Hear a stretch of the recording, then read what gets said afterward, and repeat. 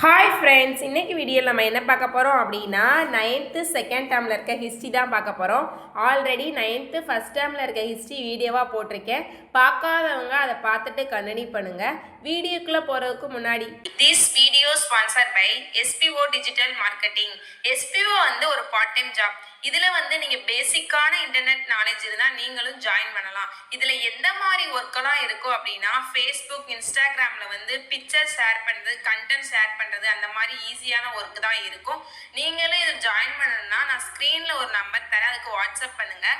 மேலும் இதை பற்றி ஃபுல் டீட்டெயில் நான் டிஸ்கிரிப்ஷனில் கொடுத்துருக்கேன். நீங்களும் செக் பண்ணிட்டு ஜாயின் பண்ணிக்கோங்க. வீடியோக்குள்ளே போகலாம். ஸ்கிப் பண்ணாதீங்க. பெரிய தப்பு. தினம் 300 ரூபாய் சம்பாதிக்க அரிய வாய்ப்பு. இன்ஸ்டாகிராம், ஃபேஸ்புக் பயன்படுத்த தெரிந்தால் போதும். Content post and content publishing மூலமா தினம் 300 ரூபாய் சம்பாதிக்கலாம். இந்த வேலை செய்ய 5 நிமிடம் போதும். Work training support, group communication support, all language customer live chat support, முக்கியமா சொந்தமா ஒரு பிசினஸ் ஸ்டார்ட் பண்ற அளவுக்கு உங்களால கற்றுக்கொள்ளவும் முடியும், சம்பாதிக்கவும் முடியும். இந்த வேலை வாய்ப்பு வழங்குவது 5 வருடத்திற்கு மேல ரன் ஆகிட்டு இருக்க நம்ம தமிழ்நாட்டு company school of business organisation private limited. மேலும் விவரங்களுக்கு டிஸ்கிரிப்ஷன்ல கொடுத்திருக்க நம்பருக்கு வாட்ஸ்அப் பண்ணுங்க. வாங்க, இன்னைக்கு இடைக்கால இந்தியாவில் அரசும் சமூகமும் இந்த லெசனில் என்ன இம்பார்ட்டன்ட் பாயிண்ட் மட்டும் சொல்கிறேன். அதை மட்டும் நீங்கள் பார்த்தாவே குரூப் 4க்கு போதுமானதாக இருக்கும். ஃபர்ஸ்ட் பாயிண்ட் பாருங்கள். இடைக்காலம் என்பது 7ஆம் நூற்றாண்டு டு 16ஆம் நூற்றாண்டு. நவீன காலம் என்பது 16 டு 18. அதை நோட் பண்ணி வச்சுக்கோங்க. அடுத்து முக்கியமான பாயிண்ட் முதலாம் ராஜராஜன் காலத்தில் தொடங்கிய சோழக பேரரசு விரிவாக்கம் பாண்டிய பல்லவ அரசர்களை மறைய செய்து வடக்கே ஒடிசா வரை பரவியது. அப்போ யாரோட காலத்தில் தொடங்குச்சு, எங்கே வர பரவி இருக்கு, அதை மட்டும் பார்த்து வச்சுக்கோங்க. இந்தியாவில் சமயம் சார்ந்த ஆட்சியின் கோட்டையாக கருதப்படுவது எது அப்படின்னா விஜயநகர பேரரசு தான் கோட்டையாக கருதப்படுறாங்க. அடுத்து பாபர் இப்ராம் லோடியை தோக்கடிச்சு தான் ஆட்சியை கொண்டு வருவார். எந்த வருஷம்னா 1526. அந்த பயன் முக்கியம். 12ஆம் நூற்றாண்டின் இறுதியில் முகமது கோரியினால் டெல்லியில் நிறுவப்பட்டது. என்ன, வட இந்தியாவில் இஸ்லாமியர் வருகை கோரி தான் நிறுவியிருக்காரு. அந்த பாயிண்ட் ரொம்ப முக்கியம். முஸ்லீம் ஆட்சியின் தாக்கம் அலாவுதீன் கில்ஜியின் ஆட்சியின் போது தான் உணரப்பட்டது. அந்த பாயிண்ட் ரொம்ப ரொம்ப முக்கியம். தேவகிரியில் அலாவுதீன் கில்ஜி கைப்பற்றப்பட்டார். தௌலாபாத் என்ற பெயர் மாற்றுவாங்க, அதுக்கு பேர். அது நாட்டின் 2வது வலிமை மிகுந்த ஒரு தளமாக மாறிடுச்சு. அந்த பாயிண்ட் முக்கியம். அடுத்து முக்கியமான பாயிண்ட் என்ன அப்படின்னா கீழே பாருங்கள். படைத்தளபதியும் மாலிக் கபூரின் தலைமையில் தென்னிந்திய படையெடுப்பு மேற்கொள்ளப்பட்டது. அடுத்து கீழே மதுரையில் ஒரு சுல்தானி ஆட்சி நிறுவப்பட்டதுன்னு எந்த இயர்னு கொடுத்துருக்க மாட்டாங்க, ஆனால் 11th கொடுத்துருப்பாங்க. 1334. அந்த பயனை நோட் பண்ணி வச்சுக்கோங்க. அடுத்து அலாவுதீன் பாமன்சா பாமனி சுல்தானத்தை உருவாக்குவார். 1347 உருவாக்குவார். 5 சுல்தானியமாக உருவாச்சு. என்னென்ன அப்படின்னா பிஜப்பூர், கோல்கொண்டா, அகமது நகர், பீரார். இதை அப்படி வரிசைப்படுத்துகன்னு சொல்லலாம். அதனால எது ஃபர்ஸ்ட் வரும் எது லாஸ்ட் வரும்னு பார்த்து வச்சுக்கோங்க. அடுத்து சோழ பேரரசில் முதலாம் ராஜராஜ சோழன். அதுக்கப்புறம் பார்க்க போகிறது கங்கையும் கடாரம் கொண்ட சோழன் யாருன்னா ராஜேந்திர சோழன். ஓகேவா, அந்த பாயிண்ட் ரொம்ப முக்கியம். அடுத்து கம்போடியாவில் உள்ள நேர்த்திமிக்க பிரம்மாண்டமான கோயில் எது அப்படின்னா அங்கோர் வாட் கோவில். அது எங்கே இருக்குது அப்படின்னா கம்போடியாவில் இருக்குது. அந்த பாயிண்டை நோட் பண்ணி வச்சுக்கோங்க. அடுத்து விஜயநகர தென்னிந்திய சோழர்கள்.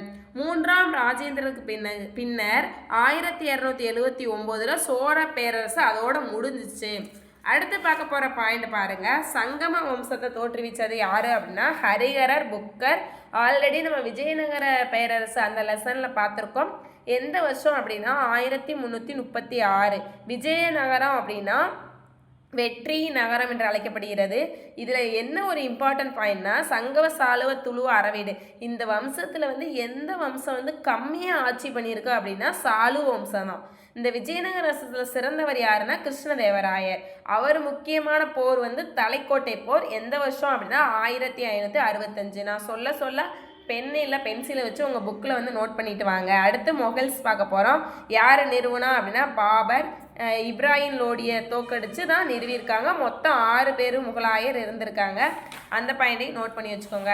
பின்னாடி பாருங்கள். 1498 வாஸ்கோடகாமா தென்னாப்பிரிக்காவின் நம்பிக்கை முனை சுற்றி கொண்டு கேரளா கடற்கரையை வந்தடைந்தார். போர்ச்சுகீஸில் எப்போ கொச்சியில் ஃபஸ்ட்டு கோட்டை கட்டினாங்கன்னா 1503.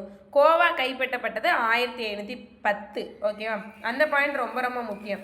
சோழர் காலம் தமிழ்நாட்டு வரலாற்றில் செழிப்பு மிக்க காலம்னு சொல்கிறாங்க. அங்கே சந்தை கூடும் இடங்களும் சிறு நகரங்களும் நகரம் என்று அழைக்கப்பட்டது. டெல்லியில் வந்து எங்கே இஸ்லாமிய ஆட்சி நிறுவனாங்க அப்படின்னா டெல்லியில் தான் இஸ்லாமிய ஆட்சி நிறுவியிருக்காங்க. அந்த பாயிண்ட் ரொம்ப முக்கியம். விஜயநகர அரசு ஒரு இராணுவத்தன்மை கொண்ட அரசாக உருவானது. விஜயநகர அரசுல வந்து நாயக்னா யாரு அப்படின்னா இராணுவ அதிகாரிகளை குறிக்கும். ஓகேவா. அடுத்து விஜயநகர அரசுல வந்து முக்கியமா எங்க அப்படின்னா மதுரை, தஞ்சாவூர், செஞ்சி ஆகியவற்றை மையமாக கொண்டுதான் உருவானது. அந்த பாயிண்ட் ரொம்ப முக்கியம்.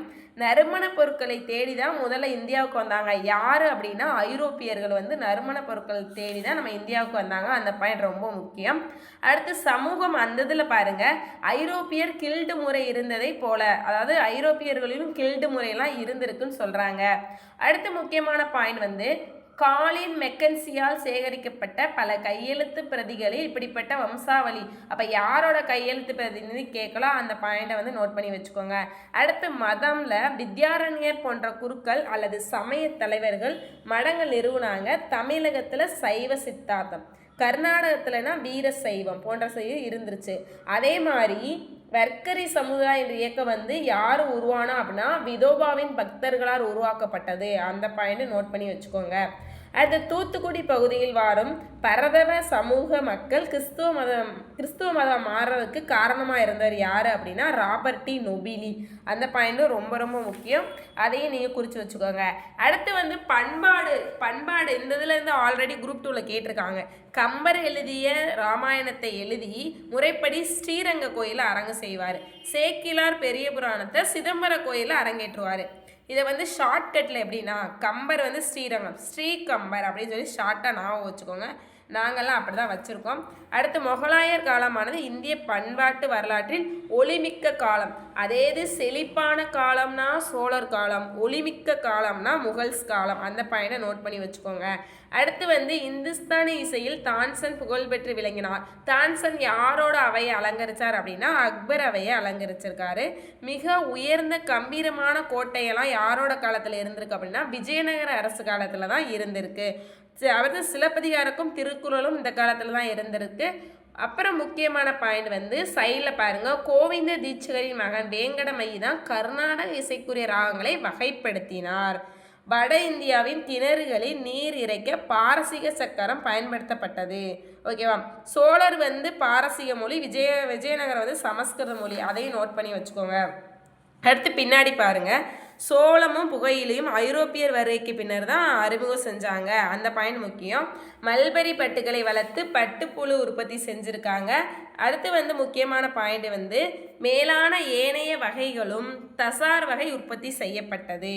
அடுத்து மொகலாய அரசின் மிகப்பெரிய தொழிற்கூடத்துக்கு பேர் கர்கானா. அதை உருவாக்குனது வந்து நம்ம அக்பர் என்ற பேர். அந்த கர்கானா என்ன அப்படின்னா கைவினை பொருட்கள் செய்யும் இடம் தான் கர்கானா. அவுரி இந்தியாவில் பயிரிடப்பட்ட முக்கியமான சாகுபடி பயிராகும். இதை தவிர ஏனைய சாகுபடி சிவப்பு வர்ணத்துக்கு என்ன யூஸ் பண்ணாங்கன்னா சாய்ன்ற ஒரு தாவரத்துலேருந்து வேற யூஸ் பண்ணி தான் அந்த சிவப்பு வண்ணத்தில் தயாரிச்சிருக்காங்க. ஊராக சென்று வணிகம் செய்கிறதுக்கு பேர் என்னன்னு கேட்கலாம், பஞ்சாரா. இது ரொம்ப முக்கியம், பார்த்துக்கோங்க.